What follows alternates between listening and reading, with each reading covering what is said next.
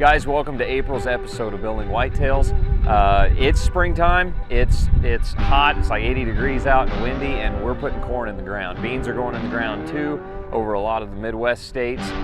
So as a row crop farmer, I'm going to give you guys some tips on how to make your spring food plots more successful, things that we as row crop farmers do to make sure that we have the best outcome in the end, and just translate that over into the food plot world. I've said it before, you'll hear me say it again, I will continue to say it. Help the deer do what deer want to do.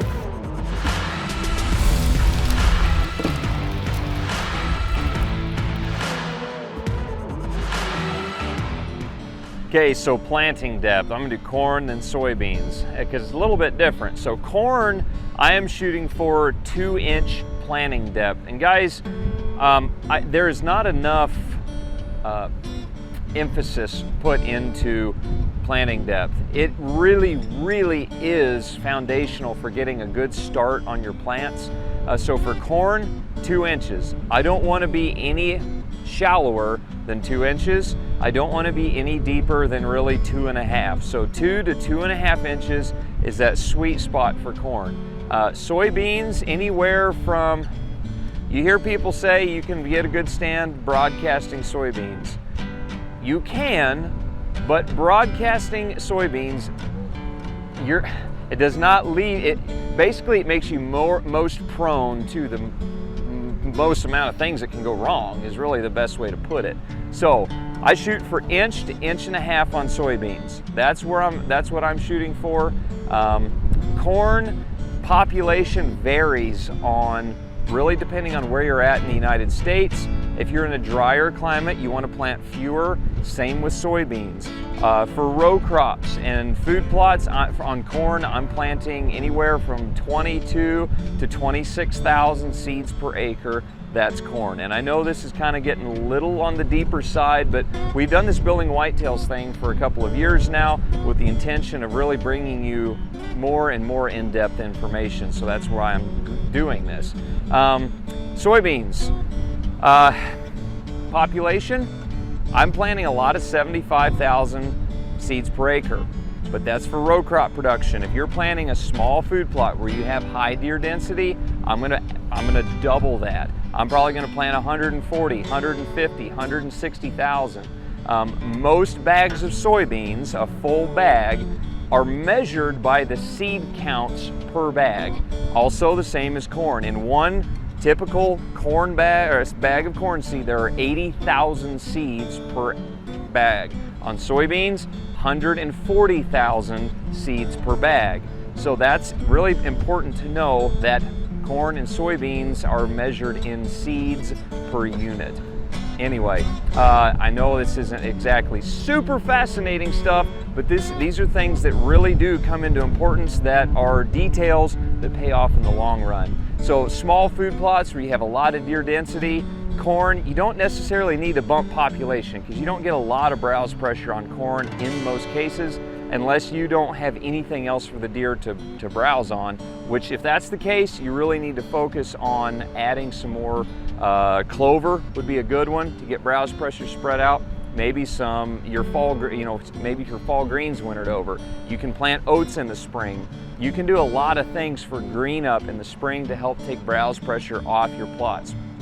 One other thing, guys, don't be the first one planting your food plots. If you don't see farmers in the field, don't go out and plant your plots, because the first green up, first beans particularly, that guys go out and plant are going to be the first ones that the deer migrate to, and they're just going to mow them off. So I usually wait till 2 weeks or so after all my neighbors are done planting their row crop, or I'm done planting the row crop. When all the row crop's going in, that's going to spread out your browse pressure. So plant your smaller plots in your higher deer density areas after the row crops are put in. If you're in a region where you don't have a lot of row crop around, the bigger the plot, the better. There's a lot of people that try to plant a 1/2 acre, a 1 acre food plot, and it doesn't make it. Well, guys, think how many mouths you're trying to feed. One mature doe, this is a study, I believe it was done by Mississippi State University. Don't quote me on that, but I'm fairly confident. A mature lactating doe during the summer can eat 9 pounds of soybean cotyledons in one night. That is when a soybean pops out of the ground. It's that first little green. It's the first part of the plant that's coming out. It's called a cotyledon. So you think 9 pounds, if you have 10 does out there, that's 90 pounds in a night. That is going to wipe out your food plot so fast. It's not even going to have a chance. So if you can have more acreage, and some guys are like, well, I have beans this, and I'm going to do fall plots in another area. Guys, plant the whole thing to beans. Plant all your fall plots to soybeans. And in the late summer, when it's time to plant food plots, or your fall plots, your greens, your brassicas, mow them, disc them, spray them, terminate them, and that will have given your other crops time to come up, get established, and keep up with browse pressure. So the more food you have, the more mouths you can feed, the more browse pressure that you can really pass on over a larger area. So that's something I don't see a lot of guys doing, is they just keep their fall plots bare all summer long, when you can have something growing in there that benefits your deer. So, maybe I'm gonna plant 4 acres of soybeans total in my fall plots and my spring plots, and I'm gonna terminate 2 acres come the mid-August to plant my fall plots in. That will allow, that 4 acres will help spread the browse pressure out, help the deer have a lot more food to let that 2 acres that I intend to leave later on really get mature and put on as many pods to feed the deer in the winter that it possibly can. So that's really, that's kind of a dive into corn, beans, browse pressure, and plot size. These are things that are really critical this time of year as crops are going in the ground. These are things that I wanted to share with you that I have seen on multiple occasions, and it's don't necessarily plant just because you can. Pay attention and plant when it's right to plant. Wait till the ground conditions are correct. If you're still getting below freezing at night, don't plant. It's okay.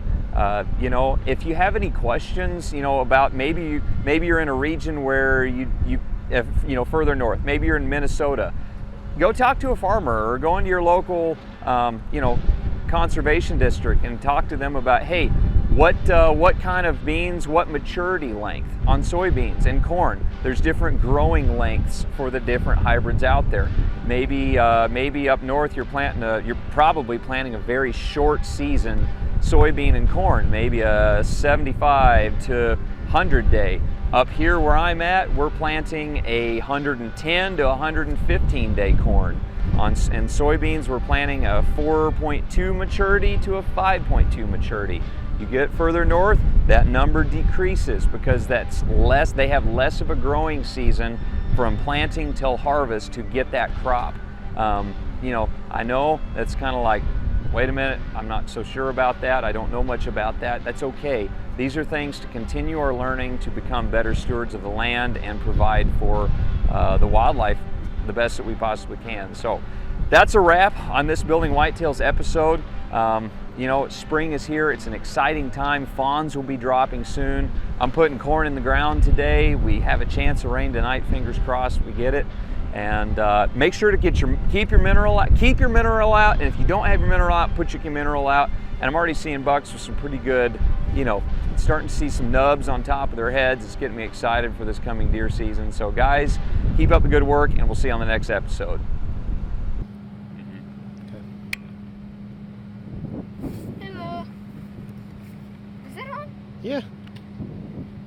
Hello, everyone watching. Bye.